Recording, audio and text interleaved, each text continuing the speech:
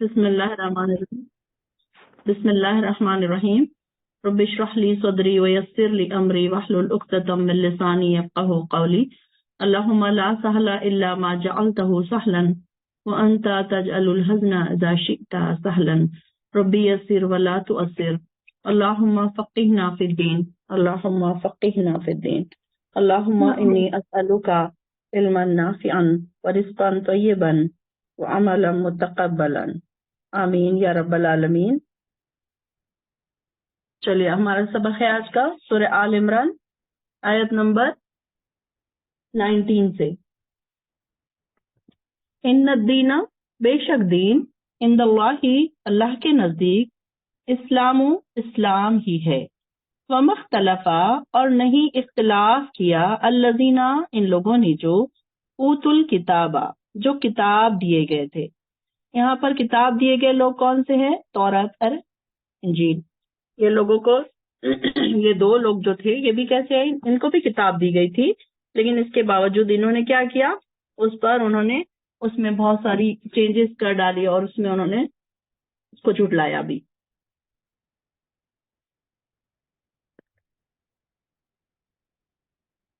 اس کے بعد کتاب آ جانے کے بعد الا من بعد ما جاءہم العلم، کہ جب ان کے پاس آ گیا علم، بغیم بینہم، اور یہ کیوں انہوں نے ایسا کیا؟ ضد اور حسد کرتے ہوئے آپس میں۔ ومن یکفر، اور جو کوئی کفر کرے، بآیات اللہ، اللہ کی آیات کے ساتھ، فإن اللہ، تو بے شک اللہ تعالی، سریع الحساب، بہت جلد حساب لینے والا ہے۔ اب یہاں پر دیکھیے کہ کون سے لوگوں کا ذکر ہو رہا ہے۔ سب سے پہلے تو دین کیا ہے؟ ان الدین عند الاسلام، کہ اللہ کے نزدیک دین کون سا ہے؟ اسلام ہی ہے۔ اب دین کیا ہے؟ سب سے پہلے ہمیں یہ سمجھنے کی ضرورت ہے کہ دین کیا ہے۔ دین سے مراد ایسا زندگی کا طریقہ حیات جسے انسان اس دنیا کے لیے بھی اور آخرت کے لیے دونوں کے لیے بہتر سمجھ کر اختیار کرے، یعنی کہ ایسا طریقہ زندگی جو اس کے لیے دونوں طرف فائدے مند ہو، دنیا میں بھی اس کے لیے فائدہ پہنچے اس سے، اور آخرت میں بھی اس سے فائدہ پہنچے۔ اس لحاظ سے یہودیت ہے، نصرانیت ہے، بحریت ہے، بدھ مذہب ہے، سکھ ہے، اسلام ہے، کمیونزم ہے، سوشلزم ہے، تو یہ سب کے سب کیا ہے؟ دین ہے۔ لیکن اللہ کے یہاں ان سب میں قابل قبول دین کون سا ہے؟ قرآن کے حساب سے صرف اسلام۔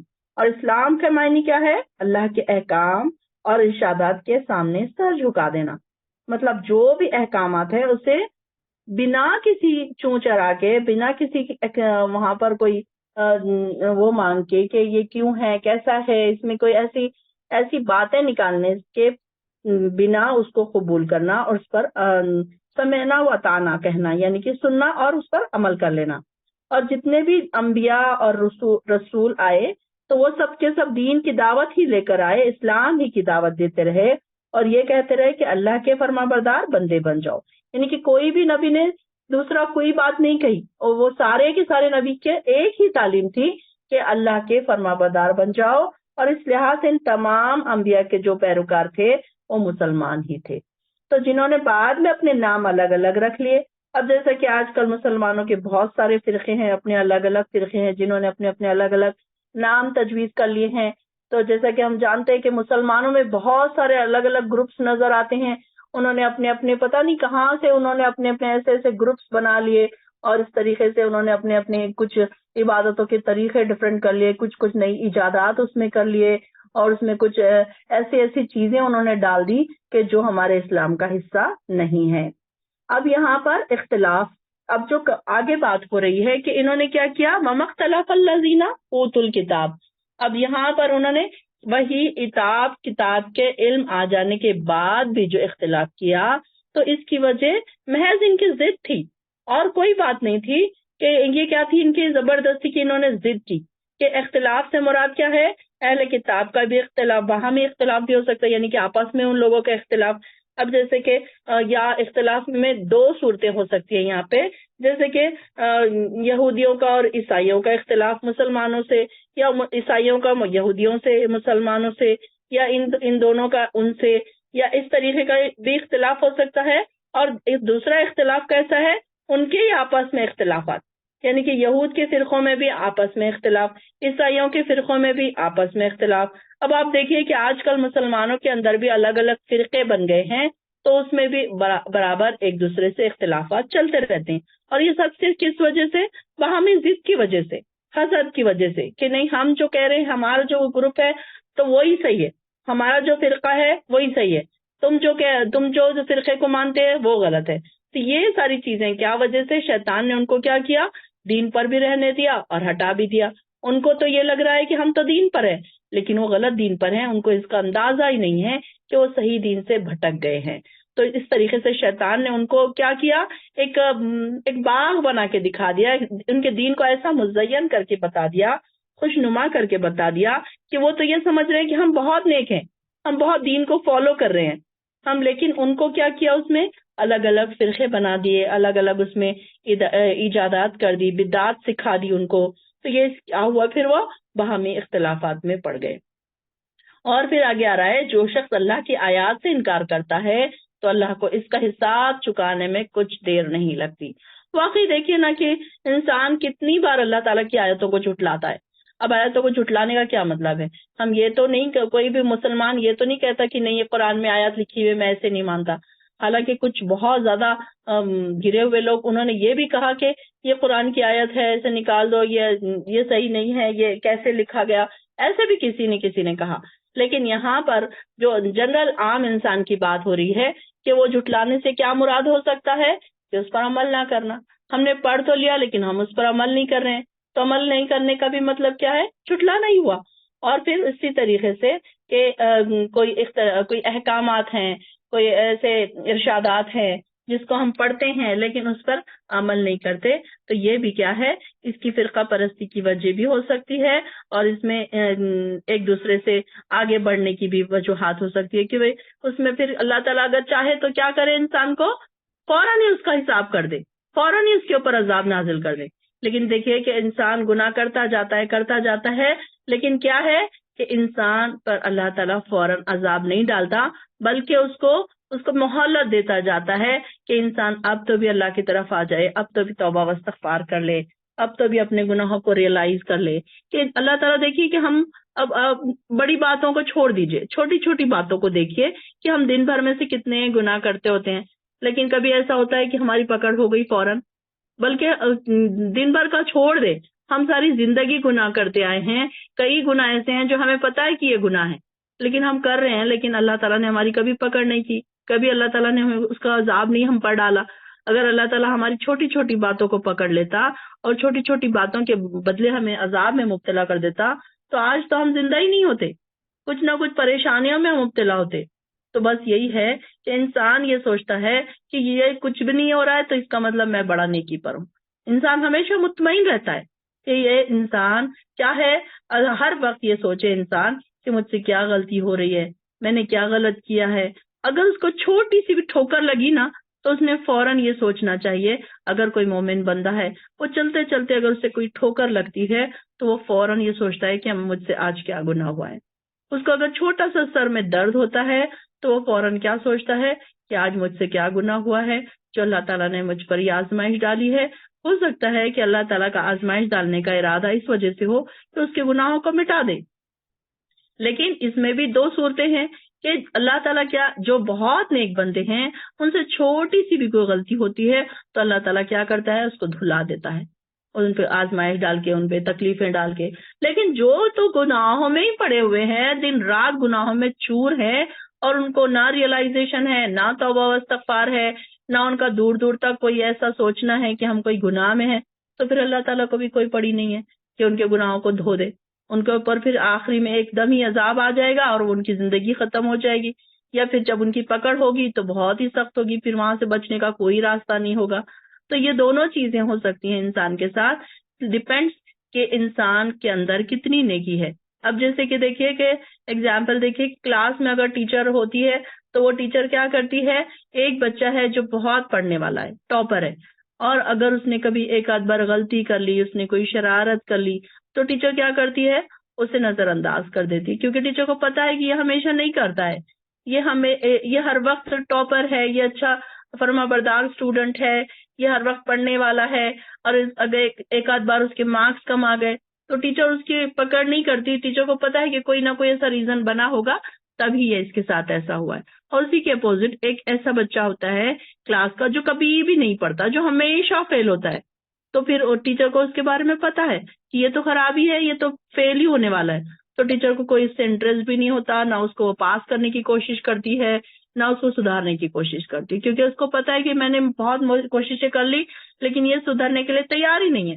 تو ٹھیک اسی طریقے سے مومن بندے کا اور ایک غیر مومن بندے کا طریقہ کار بھی اللہ تعالیٰ کے سامنے ایسی ہے کہ جو مومن بندے ہوتے ہیں اللہ تعالیٰ کیا کرتا ہے، وہ فوراً جیسے ہی وہ پھسلنے لگتے ہیں اللہ تعالیٰ انہیں فوراً ہاتھ تھام لیتا ہے، فرشتے اسے تھام لیتے ہیں، اسے گناہ کے کاموں سے روک دیتے ہیں۔ اور کیوں ہے یہ؟ کیونکہ وہ ہر وقت اللہ تعالیٰ سے دعائیں بھی مانگتا رہتا ہے کہ اللہ تعالیٰ تو میری حفاظت فرمانا، مجھے استقامت عطا فرمانا، دین میں قائم رکھنا۔ تو اس طریقے سے پھر کیا ہوتا ہے، اللہ تعالیٰ اسے ہر وقت تھامتا رہتا ہے، اور اس کو نہ کوئی اس کے اوپر عذاب ڈالتا ہے اور نہ کوئی ایسی حالات اس کے اوپر آتے ہیں، اور اگر آتے بھی ہیں تو صرف کس لیے کہ اس کی اچھی صفائی ہو جائے، اس کو اور زیادہ پیور کر دیا جائے، جیسے گولڈ کو جلا کر اس کو اور زیادہ پیور کیا جاتا ہے، اسی طریقے سے مومن بندے پر جب آزمائش آتی ہے تو اور زیادہ کھل کے چمکنے لگتا ہے، صاف ستھرا ہو جاتا ہے۔ پھر آگے آ رہا ہے فَإِنْ حَاجُّوكَ، پھر اگر وہ آپ سے حجت کریں، جھگڑا کریں، حاجو حجت سے ہے، جھگڑا کریں، فقل تو کہہ دیجئے اسلمت، میں نے جھکا دیا، وجہیا اپنا چہرہ، للہ اللہ کے لیے، اسلمت اسلام بھی اسی سے ہے، اسلام کا کیا مطلب ہے؟ اپنے آپ کو جھکا دینا۔ تو یہاں پر اسلمت میں نے جھکا دیا، اس سے پہلے ہماری جو پرانی سسٹرز ہیں انہوں نے نوٹ کیا تھا جب تا پیش تو آئے گا اس کا میننگ کیا رہے گا؟ میں، اور تا زبر تا آئے گا تو اس کا میننگ کیا رہے گا؟ تم یا تو۔ تو یہاں پر کیا ہے، وہ آپ سے جھگڑا کریں گے تو آپ کہہ دیجئے اسلمت میں نے جھکا دیا، وجہیا اپنا چہرہ، للہ اللہ کے لیے، ومن اتبعنا اور انہوں نے بھی جنہوں نے میری پیروی کی یا میری اتباع کی یا میری بات مانی، وقل اور کہہ دیجئے للذین ان لوگوں سے اوت الکتاب جو دیے گئے کتاب، والامیین اور ان پڑھوں سے بھی، اسلمتم کیا تم اسلام لاتے ہو؟ فَإِنْ أَسْلَمُوا پھر اگر وہ اسلام قبول کر لیں، فَقَدِ اهْتَدَوْا تو یقیناً وہ ہدایت پا گئے، وَإِنْ تَوَلَّوْا اور اگر وہ منہ پھیر لیں، فَإِنَّمَا تو صرف علیکا آپ کے ذمے بلاغ پہنچا دینا ہے، واللہ بصیر بالعباد اور اللہ تعالیٰ خوب دیکھنے والا ہے اپنے بندوں کو۔ اب یہاں پر دیکھیے اہل کتاب کے جو ایک آپ سے جھگڑا کرتے ہیں، آپ سے یعنی کہ ان میں سے کیا ہے کہ کچھ لوگ ایسے ہیں کہ فوراً اپنا سر تسلیم جھکا لیتے ہیں، لیکن کچھ لوگ کیسے ہیں زبردستی جھگڑے کرتے ہیں، بحث مباحثہ کرتے ہیں، اختلافات کرتے ہیں، ایک دوسرے سے اپنے آپ کو جو بڑا سمجھتے ہیں، سرداریاں جن کے پاس ہوتی ہیں ان کے جھنڈے جو بلند رکھنے کی کوشش ہوتی ہے تو وہ کیا کرتے ہیں کہ زبردستی کا آپ سے جھگڑا کرتے ہیں۔ اور کیا ہے، تورات اور انجیل دونوں میں رسول اللہ علیہ وسلم کے مبعوث ہونے کا ذکر ہے، ان کی نشانیاں بھی بیان کر دی گئی ہیں، اور اہل کتاب کو یہ بھی پوری طریقے سے یقین ہو چکا ہے کہ یہ کتاب میں جو نشانیاں ہیں اس کے مطابق ہی آخر الزمان جو نبی ہے وہ نبی برحق ہیں۔ اس نبی کے بعد انکار کی وجہ صرف ان کی اپنی سرداریاں کا ختم ہو جانے کا ڈر ہے کہ کہیں ہم ان کی بات مان لیں تو ہماری سرداریاں نہ ختم ہو جائے، تو اس لیے کیا کرتے ہیں، وہ بحث مباحثے کرتے ہیں، ان باتوں کے علاوہ انکار کیا، اور ان کے پاس کوئی وجہ نہیں ہوتی۔ اور یہاں پر اب کیا ہے کہ یہ لوگ کیا کرتے ہیں کہ اپنے آپ کو جھکاتے نہیں ہیں، کہ وہ سوچتے ہیں کہ ہماری جو سرداری ہے، جو ہماری اکڑ ہے تو وہ ختم ہو جائے گی۔ تو ان سے کہا جا رہا ہے کہ اے ان اہل کتاب اور غیر اہل کتاب دونوں سے پوچھئے کیا تم بھی اپنے اللہ کے فرما بردار بنتے ہو؟ اگر وہ فرما بردار بن جائیں تو انہوں نے ہدایت پا لی۔ اب یہ دیکھیے کہ اللہ تعالیٰ پھر بار بار ان کو دے رہا ہے، ڈھیل دے رہا ہے، مہلت دے رہا ہے کہ اگر وہ اتنے گناہوں کے بعد، اتنے گناہ کرنے کے باوجود بھی اگر وہ جھک جائیں اور اللہ تعالیٰ کی طرف پلٹ آئیں تو پھر ان کو کیا کرو، پھر ان کو چانس دے دو۔ یہ نہیں ہے کہ اب انہوں نے اتنے گناہ کر لیے تو بس ان کو ختم ہی کر دو، بلکہ کیا ہے ان کو پھر پوچھا جا رہا ہے کہ اگر تم اللہ کے فرما بردار بنتے ہو تو پھر کیا کرو. اگر انہوں نے مان لیا یہ بات تو انہوں نے ہدایت پا لی, اور اگر وہ منہ پھیر لیں تو آپ پر صرف پیغام پہنچانے کی ذمہ داری ہے. کہ اب یہ نہیں ہے کہ حضور صلی اللہ علیہ وسلم بس ان کو کسی طریقے سے لے کر ہی آئیں. حضور صلی اللہ علیہ وسلم پر کوئی ایسی ذمہ داری نہیں لگائی گئی. نبیوں پر صرف کیا ذمہ داری لگائی گئی کہ وہ لوگوں تک خوشخبریاں بھی پہنچا دے اور ڈراوے بھی سنا دے, ان کو دین کی طرف بلائے, دعوت دے, اور پھر ان کی مرضی ہے کہ وہ اس طرف آئیں یا نہ آئیں. اور اللہ اپنے بندوں کو خوب دیکھ رہا ہے. اللہ تعالیٰ کو پتا ہے کہ میرے کون سے بندے آنا چاہتے ہیں دین کی طرف, کون سے نہیں آنا چاہتے. اب یہاں پر دیکھیے کہ ہم جب گروپ میں کوئی لنک ڈالتے ہیں, سمجھے کلاس کی لنک ڈالتے ہیں, تو گروپ میں 200 لوگ ہیں, 250 لوگ ہیں, لیکن آتے کون ہیں؟ صرف جن کو شوق ہے, 40 لوگ, 50 لوگ. تو ان کو کیا ہے, اللہ تعالیٰ نے پسند کیا. اللہ تعالیٰ نے, اب یہ تو ہم نے ایک لنک بھیج دی جنرل, ہمارا کسی کے اوپر زور نہیں ہے, کوئی زبردستی نہیں ہے کہ آپ نے آنا ہی ہے, آپ کو آنا ہی پڑے گا, کوئی گن پوائنٹ پہ کسی کو نہیں بلا رہا ہے. بس یہاں پر کیا ہے کہ ایک لنک بھیج دی, اب جس کو اللہ نے ہدایت دی وہ فوراً اپنے کام کاج چھوڑ کر فوراً آ گئے. تو یہ ہے کہ اللہ تعالیٰ جن کو پسند کرتا ہے, جو فرما بردار ہیں اللہ کے, کہیں نہ کہیں ان کے دل میں ایمان کا لیول ہے, بڑا ہوا ہے. اب ہمارے دل کئی ایمان کے ہمارے دل کہیں کم لیول ہے, کہیں زیادہ لیول ہے. لیکن ہم دیکھتے ہیں کہ جو ہم ویسی قرآن کی کلاسوں میں بیٹھتے ہیں تو ہمارے ایمان کے لیول بڑھ جاتے ہیں, ہمارے اندر نیکیوں کی خواہشات پیدا ہونے لگتی ہے, ہمارے اندر گناہوں سے بچنے کا شوق پیدا ہوتا ہے. ہم کہیں نہ کہیں یہ ضرور سوچ رہے ہوتے ہیں کہ اب میں یہ گناہ کرنا چھوڑ دوں گی, اب میں یہ بھی نیکی شروع کر دوں گی, اب میں وہ بھی نیکی شروع کر دوں گی, اب میں قرآن کو سمجھنے کی کوشش کروں گی. کہ جب اللہ تعالیٰ کی طرف ہم جاتے ہیں تو ہماری ایمان کے لیول بڑھ جاتے ہیں, کہ ہم سوچنے لگ جاتے ہیں کہ اب ہم اور کیا کیا کریں کہ اللہ کے قریب ہو جائیں. اور یہ دیکھیے کہ جو اس طرف آتے ہی نہیں ہیں تو وہ ہمیشہ سوچتے ہی رہ جاتے ہیں کہ ہاں ہم انشاءاللہ آئیں گے, ہاں ہم انشاءاللہ سوچیں گے, ہاں ہم سوچ رہے ہیں اگلی بار جوائن کریں. ان کی دنیا کے کام ہی نہیں ختم ہوتے, دنیا کے ایکسکیوز ہی نہیں ختم ہوتے ان کے.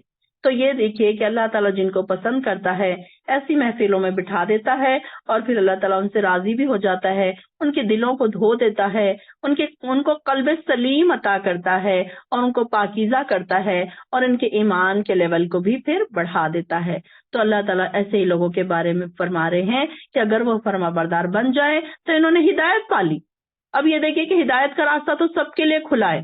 قرآن اللہ تعالیٰ نے ہمارے سامنے رکھ دیا. قرآن کی آیاتیں ایسی کوئی مشکل نہیں ہے جسے ہم نہ سمجھ سکیں. اس کے باوجود بھی اگر کوئی انسان گناہوں کے راستے پر جائے تو پھر اب اس کے پاس کیا ایکسکیوز ہے؟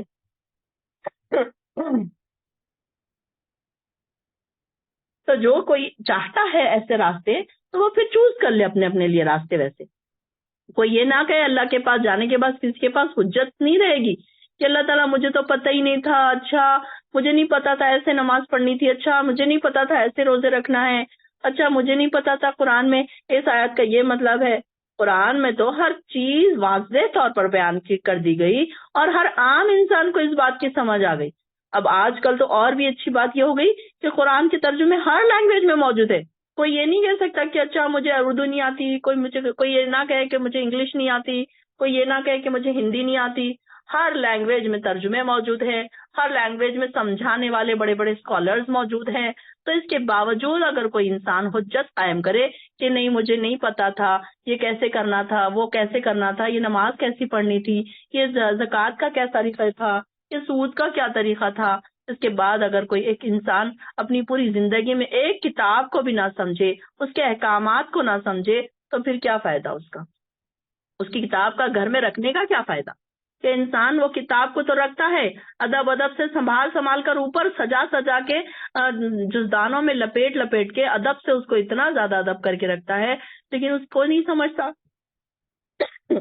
کہ اس میں احکامات کیا دیے گئے ہیں, یہ نہیں سمجھ رہا ہے انسان, تو پھر اس کا پڑھنے کا فائدہ ہی کیا ہوا؟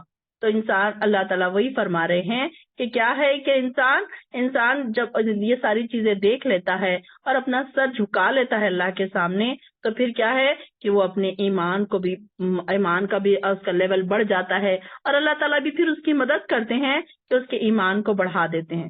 اسی طریقے سے اللہ سے دعا بھی کرتے رہنا چاہیے ہمیں کہ اللہ تعالیٰ ہمارے ایمان کے لیول کو ہر دن بڑھا, کم نہ ہو گئی. یہ نہ ہو کہ ہم اب قرآن کی کلاس میں بیٹھے ہیں تو ہمارا ایمان کا لیول بڑھ گیا، اور جب ہم قرآن کی کلاس سے اٹھے تو پھر ہمارا ایمان کا لیول پھر وہی 0 پہ آ گیا۔ تھوڑا بہت کم ہو سکتا ہے، لیکن اتنا نہیں ہونا چاہیے کہ بالکل ہی کم ہو جائے اور انسان پھر بالکل ایز اٹ از ہو جائے۔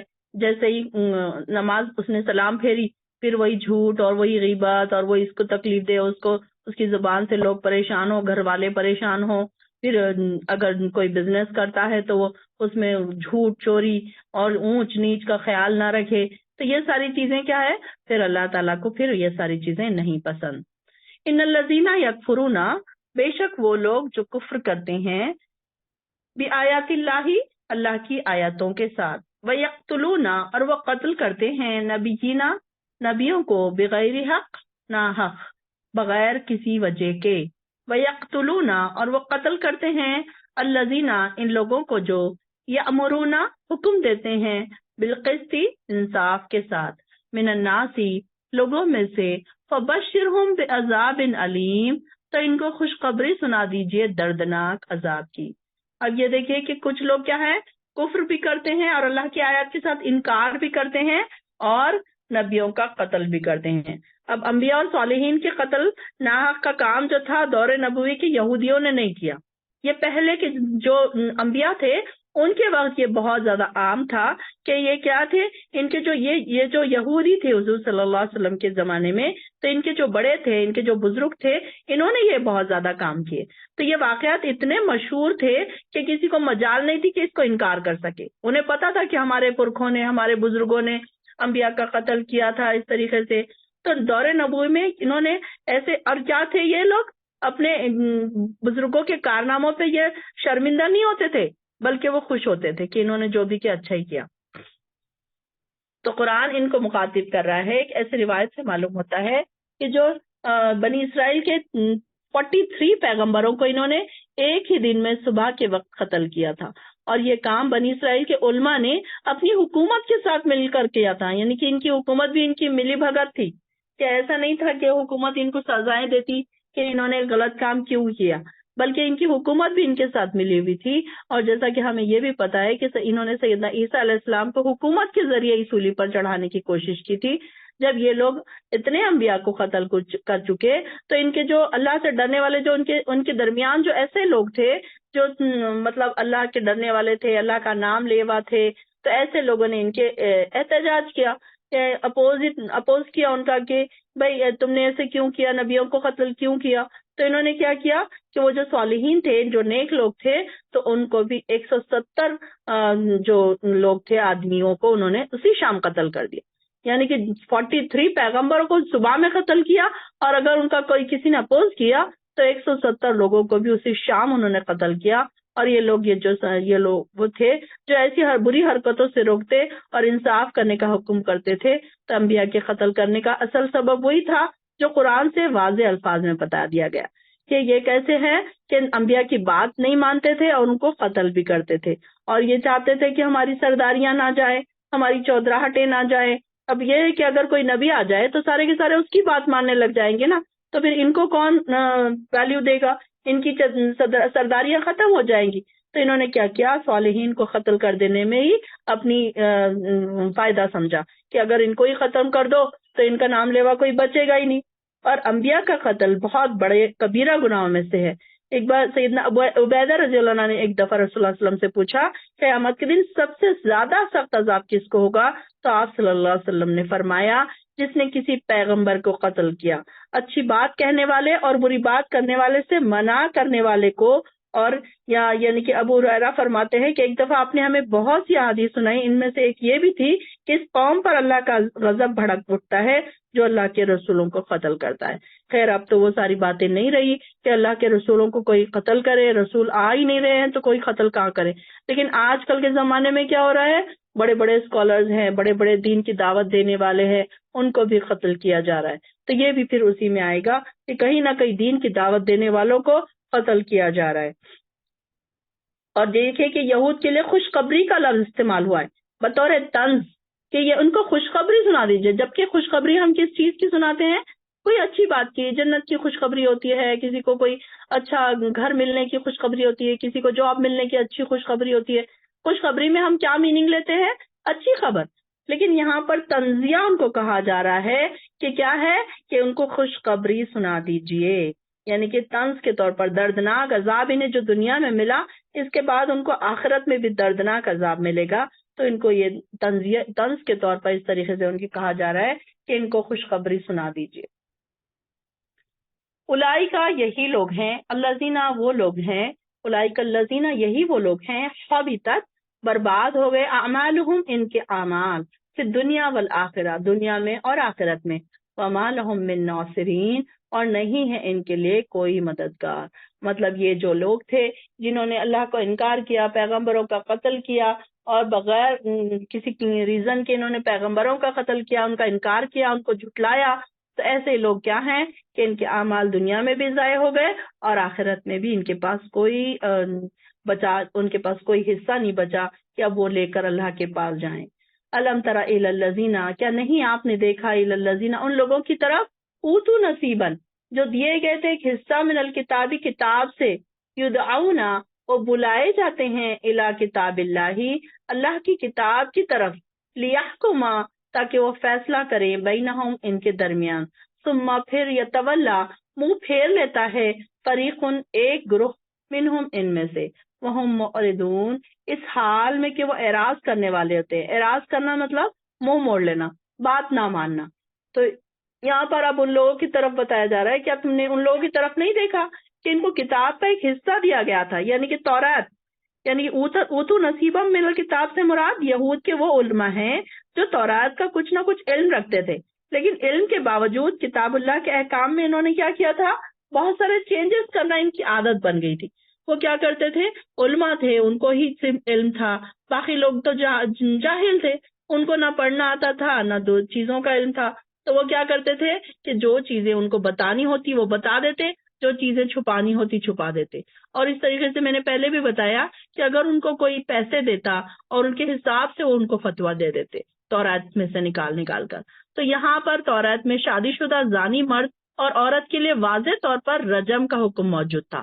اب دیکھیں کہ تورات میں پہلے سے یہ حکم موجود تھا کہ اگر کوئی زنا کرے، مرد ہو یا عورت، تو اس کو کیا کرنا چاہیے، رجم کی سزا. رجم کس کو کہتے ہیں، پتھروں سے مار کر انسان کو ختم کر دیا جاتا تھا. کوئی زنا کرتا تھا، کوئی گناہ کا کام کرتا تھا، مرد یا ہو یا عورت، لیکن یہ شادی شدہ مرد یا عورت اگر کوئی ایسا گناہ کا کام کرتا تھا تو اس کو کیا کر دیا جاتا تھا، رجم کر دیا جاتا تھا. یعنی کہ سارے لوگ اس کو ایک جگہ کھڑے کرتے تھے اور سارے کے سارے اس کو پتھروں سے مار کر ختم کر دیتے تھے. تو پہلے تو ان علماء نے یہ کام کیا کہ جب کوئی شریف اور مالدار آدمی زنا کرتا تو مختلف ہیلوں بہانوں سے کیا کرتے، اس کی سزا کو ختم کر دیتے، اور کمزور آدمیوں پہ برابر حد جاری کر دیتے. یعنی کہ کوئی غریب ہے، کوئی کمزور ہے، اس کے اوپر برابر حد جاری کر دیتے، یعنی کہ اس کے اوپر سزا برابر لگا دیتے. بعد میں انہوں نے سب طرح کے لوگوں کے لیے ایک درمیانی راہ کیا نکالی کہ انہوں نے کیا طے کیا کہ زانی کی سزا ایسی مقرر کی جائے جو سب کے لیے یکساں ہو. اور وہ سزا انہوں نے کیا طے کر دی کہ زانی مرد ہو یا عورت، چھوٹا ہو یا بڑا ہو، اس کا منہ کالا کر کے گدھے پہ سوار کر کے اسے بستی کے گرد پھرایا جائے گا. اور ایک دفعہ کیا ہوا، نبی دور نبوی میں ایک واقعہ پیش آیا کہ ایک مالدار یہودی نے کیا کیا، ایک یہودن سے زنا کیا، اور یہ دونوں شادی شدہ تھے. ان کا مقدمہ عدالت نبوی میں پیش ہوا. ان کی غرض یہ تھی کہ شاید اس طرح یہ زانی رجم سے بچ جائیں گے. آپ صلی اللہ علیہ وسلم نے کیا کیا، یہود کے علماء سے پوچھا تم اللہ کی کتاب میں ایسے لوگوں کی کیا سزا پاتے ہو؟ تو وہ لوگوں نے فوراً کہنے لگے کہ ہم تو ان کا منہ کالا کر کے انہیں گدھے پر سوار کر کے پھراتے ہیں. تو عبداللہ بن سلام جو تھے، جو یہود کے علماء میں سے تھے اور اسلام لا چکے تھے، رسول اللہ صلی اللہ علیہ وسلم سے کہا یہ لوگ جھوٹ کہتے ہیں. یعنی کہ جو عبداللہ بن سلام تھے وہ یہودی بھی تھے لیکن عالم بھی تھے، اور وہ صحیح آپ صلی اللہ علیہ وسلم پر ایمان بھی رکھتے تھے اور صحیح تعلیم بھی دیا کرتے تھے. تو انہوں نے فوراً کہا کہ یہ لوگ جھوٹ کہہ رہے ہیں، انہیں کہیے کہ اللہ کی کتاب لاؤ. اور جب تورات لائی گئی تو پڑھنے والے نے کیا کیا، رجم کی جو آیت تھی اس پر ہاتھ رکھ کر اسے چھپا دیا اور آگے پیچھے سے پڑھنے لگے. یعنی کہ آگے کا بھی پڑھ دیا، پیچھے کا بھی پڑھ دیا، اور جہاں پر وہ آیت تھی اس پر انہوں نے ہاتھ رکھ دیا. تو عبداللہ بن سلام کے کہنے پر رسول اللہ صلی اللہ علیہ وسلم نے ان سے ہاتھ اٹھانے کو کہا تو نیچے رجم کی آیت تھی. اس طرح جب ان کے علماء کی چوری پکڑی گئی تو اب شرمندہ ہو کے اٹھ کے وہاں سے چلے گئے. اسی آیت میں ایسے ہی یہودیوں کا کردار بیان ہو رہا ہے. اب مقدمے کا فیصلہ ابھی باقی تھا، تو کیا ہوا، آپ نے اس یہودی اور یہودن کو کیا کیا، سنسار کروا دیا، یعنی کہ رجم کروا دیا. تو اس طریقے سے کیسے ہے، یہ لوگ یہود جو تھے آخرت کی سے ڈرتے نہیں تھے. اس آیت میں یہود نے کہ اللہ کی کتاب میں جو تحریف کر دی اور بہت سارے کبیرہ گناہوں پر دلیر ہونے کی وجہ سے یہ بیان کی گئی، تو ان کی وجہ سے کیا ہوا کہ انہوں نے ایسے کئی چیزیں انہوں نے چھپا دیے اور لوگوں کو یہ بتایا کہ جو ان کے پسندیدہ فتوے تھے وہ ان کے پسندیدہ فتوے انہوں نے دے دیے. ذالک بانہم، یہ اس وجہ سے کہ بے شک انہوں نے کہا لن تمسنا النار، ہرگز ہمیں آگ نہیں چھوئے گی، الا ایاما معدودات، مگر گنتی کے چند دن، وغرہم، اور ان کو دھوکے میں ڈال دیا، فی دینہم، ان کے دین کے بارے میں، ما کانوا یفترون، ان چیزوں نے جو تھے وہ گھڑتے. یعنی کہ اب یہ جو اعراض کرنے والے تھے، جو جھٹلانے والے جو لوگ تھے، تو یہ کیسے ہے، بہت سے کیا ہے گناہوں پر دلیر ہو گئے، دلیر ہونے کی وجہ سے ان کے جو بڑے تھے اپنی طرف سے ایک عقیدہ انہوں نے گھڑا اور اسے اپنی ساری قوم میں پھیلا دیا. وہ عقیدہ کیا تھا کہ یہود جہنم میں نہیں جائیں گے، دوزخ کی آگ ان پر حرام کر دی گئی ہے، وہ اگر دوزخ میں گئے بھی تو صرف اتنے ہی دن جائیں گے دوزخ میں جتنے دن انہوں نے بچڑے کی پوجا کی تھی. اب یہ ان کے عالم جو تھے انہوں نے ہی ان کو بول دیا، انہوں نے ان کو مطمئن کر دیا. وہاں کے جو لوگ تھے، ان کے جو کم جاننے والے لوگ تھے، جو دین جانتے نہیں تھے ان کے زمانے کے، تو انہوں نے کیا کیا کہ بھائی چلو کوئی بات نہیں، تم کو عذاب نہیں ہوگا، بلکہ عذاب تو صرف کتنے دن ہوگا جتنے دن بچڑے کی پرستش کی تھی ان لوگوں نے. تو دوسری بات جو ان میں عقیدے کے طور پر پائی گئی وہ یہ تھی کہ وہ کہتے تھے کہ ہم اللہ کے بیٹے اور چہیتے ہیں، کیونکہ ہم انبیاء کی اولاد ہیں، اور اللہ تعالیٰ یعقوب علیہ السلام سے وعدہ کر چکا ہے کہ ان کی اولاد کو سزا نہیں دے گا. تو یوں ہی برائے نام قسم کھانے کو، اسی طرح نصارہ نے بھی کفارہ مسیح کا مسئلہ وضع بتایا کہ جس کی روح سے سیدنا عیسیٰ علیہ السلام نے اپنی امت کے گناہوں کے طور پر، کفارے کے طور پر سولی پر چڑھے اور اپنی امت کے گناہوں کو اور سارا حساب انہوں نے اپنے اوپر لے لیا. یعنی کہ ان لوگوں کا یہ خیال تھا کہ جو عیسیٰ علیہ السلام جو سولی پر چڑھ گئے تو اب ہمارے سارے گناہ انہوں نے اپنے سر لے لیے اور اب ختم ہو گیا، اب ہمارے پاس کوئی گناہ نہیں ہے، ہم سب جنت میں ہی جائیں گے. اور یہ بنی اسرائیل جو تھے، چونکہ یہ یعقوب علیہ السلام کی اولاد تھے، تو یعقوب علیہ السلام کی نسلیں تھی، یعقوب علیہ السلام کے بیٹے تھے، تو ان کی نسلوں کی نسلیں تھی. تو انہوں نے کیا سوچا کہ ہم تو نبیوں کی نسلیں ہیں، ہم کو پھر اللہ تعالیٰ نے پہلے ہی یعقوب علیہ السلام کو سے وعدہ کیا تھا کہ ان کی اولاد کو سزا نہیں دے گا. تو یہ انہوں نے کیا سوچا کہ نہیں، ہم تو ایسے ہی، ہم تو جنت میں ہی جانے والے ہیں، ہم کو تو گناہ کوئی چاہے ہم کچھ بھی کر لیں، لیکن ہم کیا ہے. پھر مسلمان بھی کیا ہوا، اب مسلمانوں نے بھی اس سلسلے میں مسلمان بھی پیچھے نہیں رہے. جب نصارہ نے بھی ایسا کہا، بنی اسرائیل نے بھی ایسا کہا، تو مسلمان بھی کیا ہوئے اس سلسلے میں پیچھے نہیں رہے. ان میں سے کچھ ایسے تھے جو سید بنے، انہوں نے اپنے متعلق یہ مشہور کر دیا کہ یہ کیا ہے، پشت پاک سے ہے، یعنی صلی اللہ علیہ وسلم کی خاندان سے ہے، تو انہیں آگ کا عذاب نہیں ہوگا. کچھ لوگوں نے دنیا میں ہی بہشتی دروازے بنا رکھے تھے، جنت کے دروازے، کہ جو کوئی ان سے گزرے گا تو وہ ضرور جنت میں جائے گا. ایسے کچھ لوگوں نے ایسے چیزیں بنا کر رکھ لیے تھے.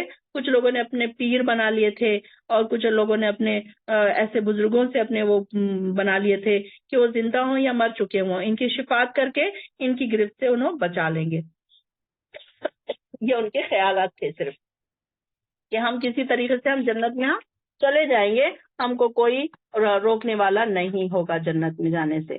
تو یہ ان کے بارے میں آ رہا ہے کہ یہ کیا کرتے تھے، یہ لوگ یہ سوچتے تھے کہ ہم کچھ دن گنتی کے جنت میں ڈالیں گے، اور یہ بات ان کو دھوکے میں ڈال کے رکھی. غراہم، یہ ان کو دھوکے میں ڈال دیا ان کے دین نے. یعنی کہ اب انسان گناہ کرتے جا رہا ہے اور اپنے دھوکے میں ہے کہ میں تو ضرور جنت میں ہی جانے والا ہوں، تو مجھے تو کوئی روکنے والا ہی نہیں ہے. ما کانوا یفترون، جو کو وہ کرتے تھے.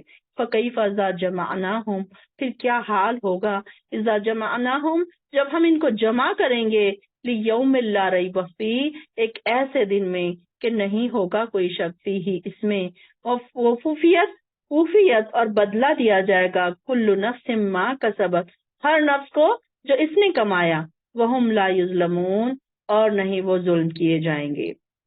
اب یہاں پر دیکھیے کہ یہ ان کو ڈرانے کے لیے یہ بات بتائی جا رہی ہے، لیکن یہ نہ سوچے کہ یہ صرف انہی کی بات ہو رہی ہے، ان کو ہی کہا جا رہا ہے۔ یہاں پر تو سارے لوگوں کو جمع کیا جائے گا، ہم کو بھی جمع کیا جائے گا اور ہم سب کو جمع کیا جائے گا۔ پھر کیسا ہوگا اس دن حال جب ہر انسان کو اس کے نفس کو اس کو وہ بدلہ دے دیا جائے گا جو اس نے کمایا۔ یہ آیت انسان کو بہت ڈرا دینے والی ہے۔ کوئی انسان کو ایک آیت یا اگر انسان کو جگا دینے کے لیے یہ آیت کافی ہے کہ واقعی اگر ہم اللہ کے پاس کھڑے ہوں گے تو ہم کیا جواب دیں گے، فلاں ٹائم ہم نے یہ کیا تھا، فلاں وقت ہم نے یہ گناہ کیا تھا۔ ہمیں اچھی طریقے سے پتا ہے کہ ہم نے کون کون سے وقت کون کون سے گناہ کیے تھے، ہمیں دوسروں کو بتانے کی ضرورت نہیں ہے۔ نہ ہم کیا کرتے ہیں، جنرلی ہم دوسروں کے گناہ گنواتے رہتے ہیں، تو فلاں تو نماز نہیں پڑھتی، فلاں تو بہت جھوٹی ہے، فلاں تو بہت غیبت کرتی ہے، فلاں تو روزے بھی نہیں رکھتی، میں نے اس کو کبھی قرآن کی کلاس میں آتے نہیں دیکھا، میں نے اس کو روزے رکھتے ہوئے نہیں دیکھا۔ ہم ایکچولی کیا کرتے ہیں، دوسروں کے گناہ گنواتے رہتے ہیں، لیکن ہمیں اپنے آپ نہیں نظر آتا، اپنے اندر جو ہے ایسا آئینہ ہمارے پاس نہیں ہے جو ہمیں اپنے آپ کی بات بتائے۔ اور اگر کوئی آپ کو آپ کے بارے میں بتائے تو آپ فوراً آگ بگولا ہو جاتے ہیں کہ دیکھو یہ مجھے اپنے گناہ بتا رہی ہے، خود اپنے آپ کو نہیں دیکھتی۔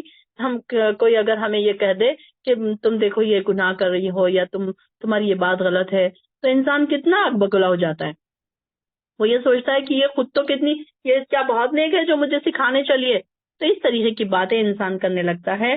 تو یہاں پر یہ آیت جو ہے بہت زیادہ ڈرانے والی ہر انسان کے لیے۔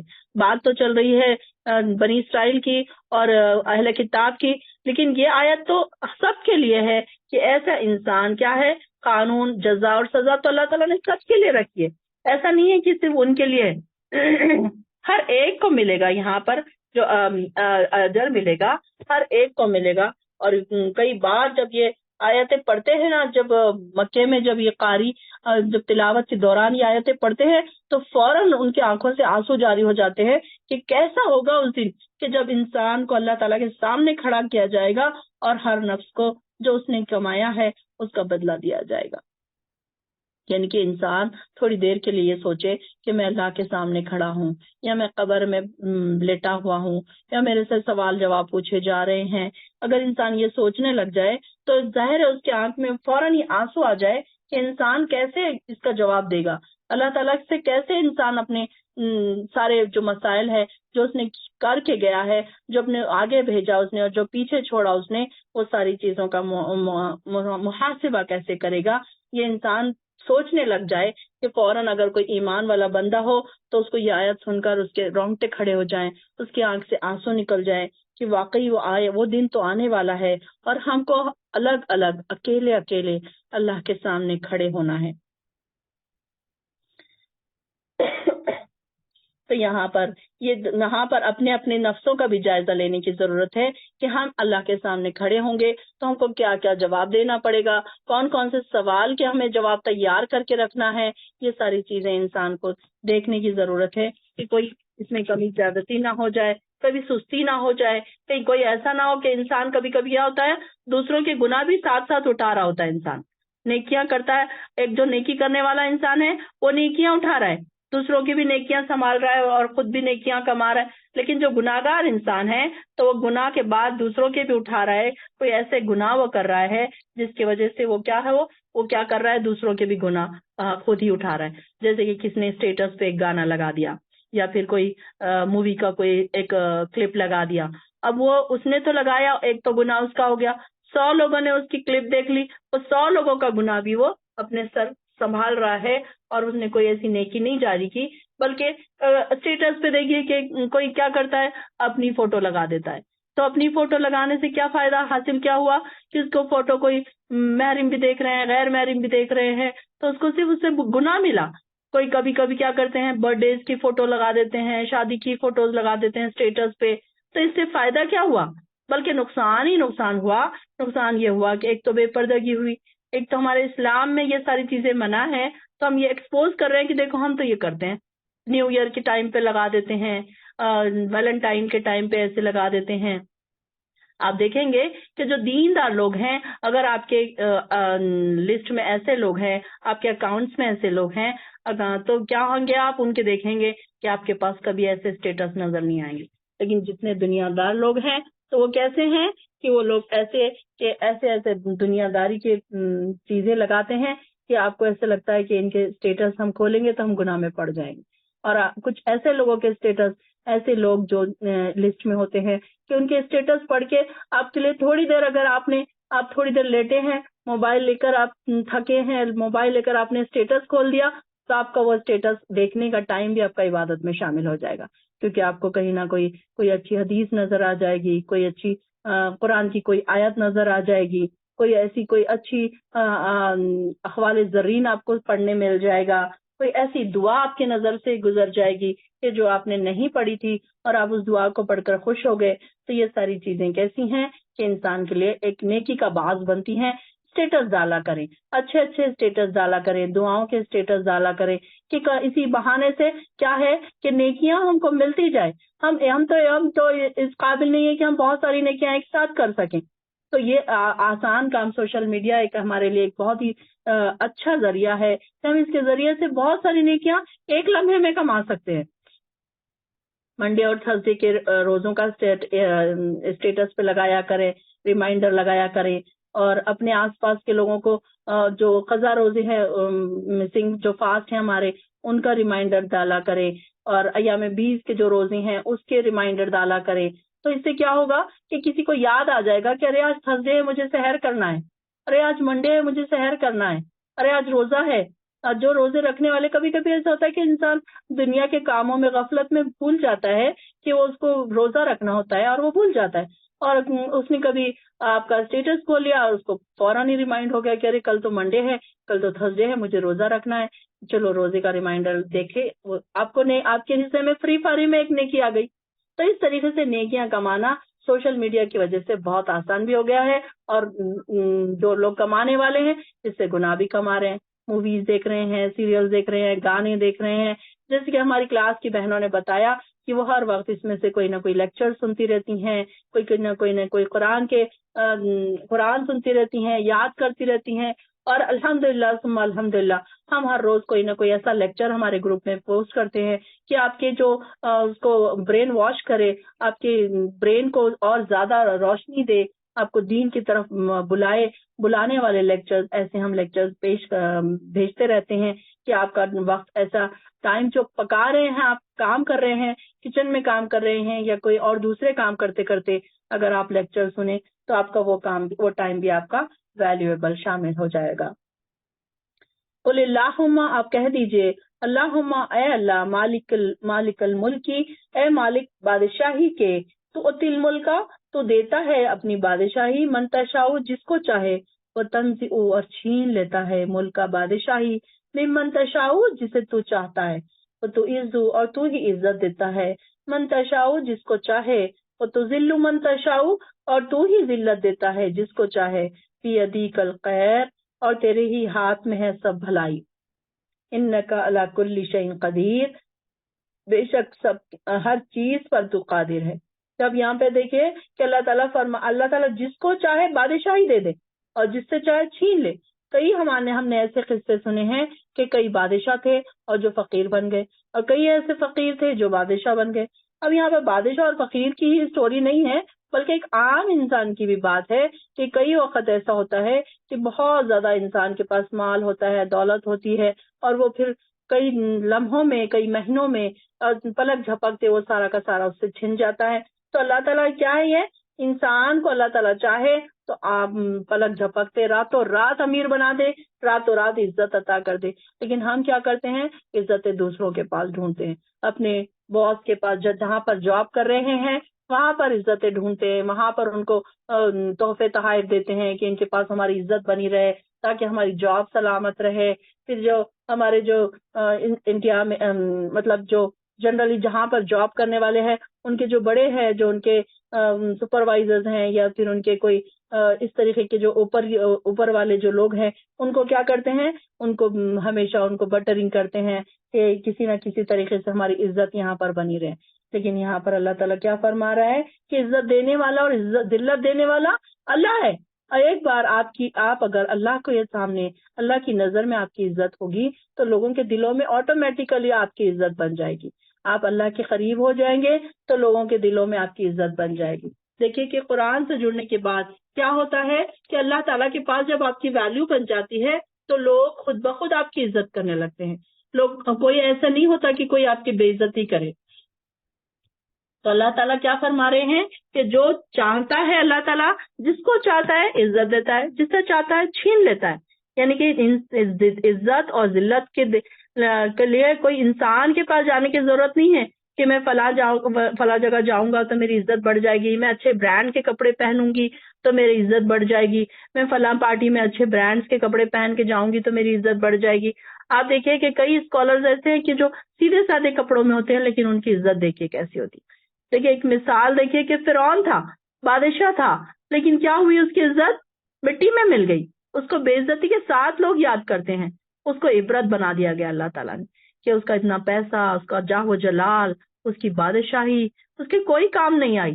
تو یہاں پر دیکھیے کہ اللہ تعالیٰ جس کو عزت دینا چاہتا ہے تو اس کو عزت دے دیتا ہے. اور ہم نے کیا حدیث پڑھی تھی کہ جو اللہ تعالیٰ کو پسند آ جاتے ہیں بندے، جو اللہ کی عبادت کرتے ہیں، جو اللہ کو راضی کر لیتے ہیں دن اور رات. راضی کر لینے میں اب ساری چیزیں آ گئی، عبادتیں آ گئی، تہجد آ گئی، روزے آ گئے، اچھی نمازیں آ گئی، اچھا وضو آ گیا، لوگوں سے تعلقات آ گئے. یہ ساری چیزیں ہم ہر چیز میں ہم کیا سوچ کر کریں؟ اللہ کو راضی کرنا ہے، بس اللہ کو راضی کرنا ہے. جیسے کہ ہماری کچھ بہنوں نے کہا کہ ہماری بس ایک ہی خواہش ہو گئی ہے کلاس میں جوائن ہونے کے بعد سے، قرآن پڑھنے کے بعد سے، کہ بس ہم اللہ کو راضی کریں. ہر وقت ہماری کوشش ہوتی ہے کہ ہم اللہ کو راضی کریں. تو اللہ کو راضی جب راضی ہو جاتا ہے کس سے تو پھر کیا ہوتا ہے کہ وہ دنیا والوں میں بھی اس سے پہلے ہم نے حدیث پڑھی تھی. کیا حدیث تھی کہ جب اللہ تعالیٰ کسی سے راضی ہو جاتا ہے تو وہ جبرائیل علیہ السلام کو پکار کر کہتا ہے کہ جبرائیل میں فلاں بندے سے خوش ہوں، فلاں بندے سے راضی ہوں، تو تم بھی اس سے راضی ہو جاؤ، تم بھی اس سے خوش ہو جاؤ. پھر جبرائیل علیہ السلام سارے فرشتوں پر، آسمان کے فرشتوں کو منادی دیتے ہیں، پکار کر کہتے ہیں کہ فرشتوں سن لو، اللہ تعالیٰ اور جبرائیل فلاں بندے سے خوش ہیں اور فلاں بندے سے راضی ہیں. آپ کا نام لیا جاتا ہے وہاں پر. میں تو فلاں کہہ رہی ہوں لیکن ہو سکتا ہے کہ آپ سب کا نام وہاں پر لیا جا رہا ہوگا. آپ سب اللہ کے لیے یہاں بیٹھے ہیں، ہو سکتا ہے آپ سب کے نام اللہ تعالیٰ لے کر جبرائیل علیہ السلام سے یہ کہہ رہا ہوگا کہ دیکھو میں یہ فلاں فلاں فلاں سارے جو بندے یہاں بیٹھے ہیں اللہ کا نام لینے کے لیے، اللہ کو راضی کرنے کے لیے، یہاں بیٹھنے کا انٹینشن صرف یہ ہے کہ ہم قرآن سیکھیں. اور قرآن سیکھنے کا ہمارا انٹینشن کیا ہے؟ اللہ کو ہم راضی کر لیں. ہماری زندگی جو بچی ہے اس میں ہم اللہ کو راضی کر لیں، قرآن کی تعلیم حاصل کر لیں، اچھی عبادت کے صحیح طریقے ہم سیکھ لیں. تو یہی ہمارا انٹینشن یہاں بیٹھنے کا. یہاں بیٹھنے کا ہمارا کوئی انٹینشن نہیں ہے کہ آپ کو کوئی بانڈ اٹھنے والا ہے، کوئی پرائز اٹھنے والا ہے، کوئی لکی ڈرا ہونے والا ہے، کوئی سرٹیفکیٹ ملنے والا ہے، بلکہ دنیا بھی کوئی آپ کا اس میں نہیں ہے فائدہ. بس آپ یہاں بیٹھے ہیں تو آپ کی اور ہماری صرف کوشش یہ ہے کہ اللہ ہم سے راضی ہو جائے، ہم قرآن کا کچھ علم سیکھ کر اللہ کو راضی کر سکیں، اپنے آپ کو دھو سکیں، اپنے نفسوں کو پاک کر سکیں. تو اس طریقے سے جب جبرائیل علیہ السلام سارے آسمان پر فرشتوں کو ندا لگاتے ہیں، پکار کر کہتے ہیں کہ اے فرشتوں سن لو کہ جبرائیل اور اللہ تعالیٰ فلاں بندے سے خوش ہیں، راضی ہیں، تو تم بھی اس سے خوش ہو جاؤ. تو سارے بندے اس بندے کا نام سنتے ہیں. اچھا یہ بندہ ہے، کون ہے؟ کتنا خوش قسمت ہوگا وہ انسان جس کا آسمانوں پر نام لیا جا رہا ہوگا. ہو سکتا ہے کہ آپ سب کے بھی نام آسمانوں پر لیے جا رہے ہوں گے، آپ سب بھی وہی خوش قسمتوں میں سے ہوں گے، امید کرتی ہوں. تو وہاں پر پھر بعد میں ایک فرشتہ آسمان سے زمین پر ندا لگاتا ہے، پکارتا ہے. ایک ندا لگانا مطلب پکارنا، کہ وہ پکارتا ہے زمین والوں کو کہ زمین والوں سن لو، فلاں شخص اللہ تعالیٰ کو بھی پسند ہے، جبریل کو بھی پسند ہے، سارے فرشتوں کو پسند ہے، تو تمہارے دلوں میں اس کی محبت رکھ دی گئی ہے. ہماری جو پرانی بہنیں یہ حدیث کافی بار سن چکی ہیں، لیکن میں یہ حدیث کچھ نئے سسٹرز کے لیے سنا رہی ہوں جو ہماری نئی سسٹرز ہیں. ہو سکتا ہے کہ انہیں یہ حدیث نہیں پتا، اور مجھے یہ حدیث اتنی پسند ہے کہ میرا دل چاہتا ہے کہ میں اس کا بار بار تذکرہ کروں. مجھے بڑی خوشی ہوتی ہے یہ حدیث بیان کرتے ہوئے کہ یہ حدیث بڑی پیاری حدیث ہے، ایک دل کو خوشی دینے والی حدیث ہے. کیا ہمیں کہیں نہ کہیں ایسا لگتا ہے کہ کاش ہو سکتا ہے کہ ہمارا نام بھی پکارا جا رہا ہو.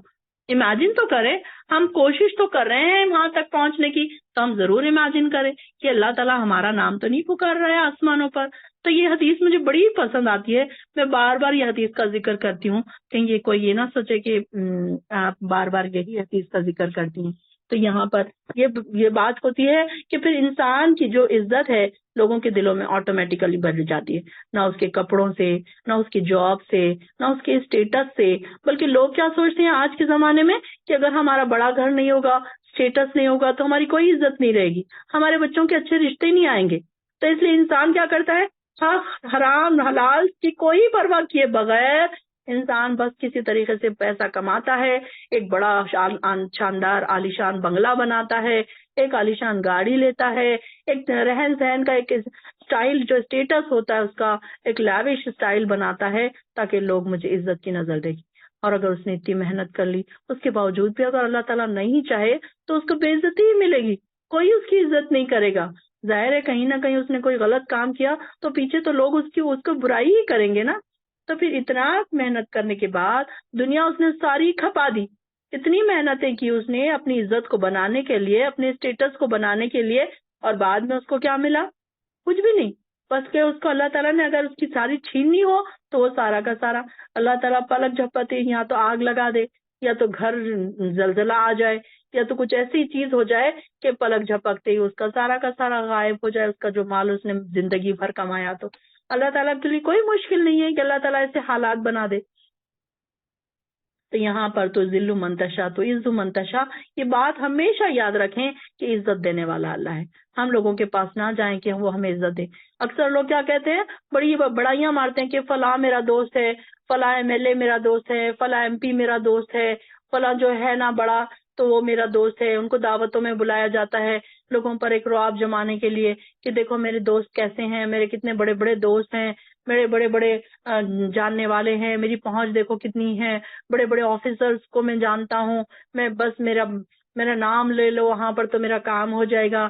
اس طریقے سے کیا بولتے ہیں لوگ، باتیں کرتے ہیں، لیکن یہ بات کیا ہے کہ ان کی وہ یہ صرف سوچتے ہیں کہ اللہ تعالیٰ عزت دینے والا نہیں ہے، بلکہ عزت دینے والے کیا ہے، یہی لوگ ہیں۔ تو یہاں پر ایسے لوگوں سے بچنا چاہیے۔ اور اللہ عزت ہمیں کہاں تلاش کرنی ہے؟ اللہ کے پاس۔ ہماری عزت اللہ کے پاس کیسے بن سکتی ہے؟ کیسے ہم اپنے آپ کو اللہ کے سامنے پیش کریں کہ اللہ تعالیٰ ہماری عزت بڑھا دے؟ جب اللہ کے پاس ہماری عزت ہوگی تو آٹومیٹیکلی آس پاس کے لوگوں میں بھی اللہ تعالیٰ ہماری عزت ڈال دے گا۔ آپ آبزرو کریں، کئی بہنوں نے مجھے اس بارے میں کہا تھا کہ جب سے ہم نے قرآن سیکھنے کی کوشش کی، ہم نے اپنے آپ کی صفائی کر لی، ہم نے اپنے تزکیہ نفس کر لیا، تو ہماری عزت ہمارے رشتہ داروں میں بڑھ گئی۔ جہاں پر ہم منہ کھولنے ڈرتے تھے، آج ہم وہاں پر منہ کھول کے بات کرتے ہیں اور سارے لوگ ہماری بات سنتے ہیں۔ کیسے اللہ تعالیٰ نے رعب پیدا کر دیا آپ کے اندر کہ قرآن سے جڑ کر، نمازوں سے جڑ کر، تہجدوں سے جڑ کر ایک اللہ تعالیٰ نے آپ کی عزت کو چار چاند لگا دیے۔ تو یہ انسان اپنے آپ کے بارے میں سوچے کہ لوگ مجھے عزت دینے والے نہیں ہیں۔ آپ اگر گھر میں آپ کا رشتہ بڑا ہے، آپ ساس ہیں، آپ ماں ہیں، آپ بڑی ننند ہیں، آپ بڑی بھاوج ہیں، تو ضروری نہیں ہے کہ آپ نے ایٹیٹیوڈ میں رہنا ہے کہ آپ میری عزت کریں ہی کریں سب، بلکہ عزت کرنے دینے والا کون ہے؟ اللہ تعالیٰ ہے۔ اگر آپ کے اخلاق اچھے ہیں، آپ کی عبادتیں اچھی ہیں، تو آپ کو لوگ خود بخود آپ کے آگے پیچھے ہوں گے، آپ کی گرویدہ ہوں گے، آپ کو چاہنے والے ہوں گے۔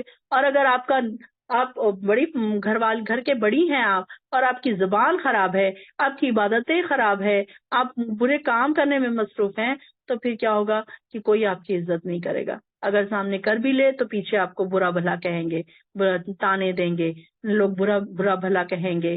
اس طریقے سے اللہ تعالیٰ جس کو چاہتا ہے تو عز منتشا تو ذل منتشا، اللہ تعالیٰ کے ہاتھ میں ہے بھلائی، اور اللہ تعالیٰ ہر چیز پر قادر ہے۔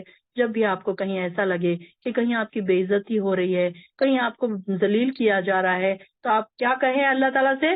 تو ذل منتشا تو عز منتشا، اللہ تعالیٰ عزت دینے والا بھی تو ہے، بے عزت دینے والا بھی، بے عزت کرنے والا بھی تو ہے، تو بس تو مجھے عزت عطا کر۔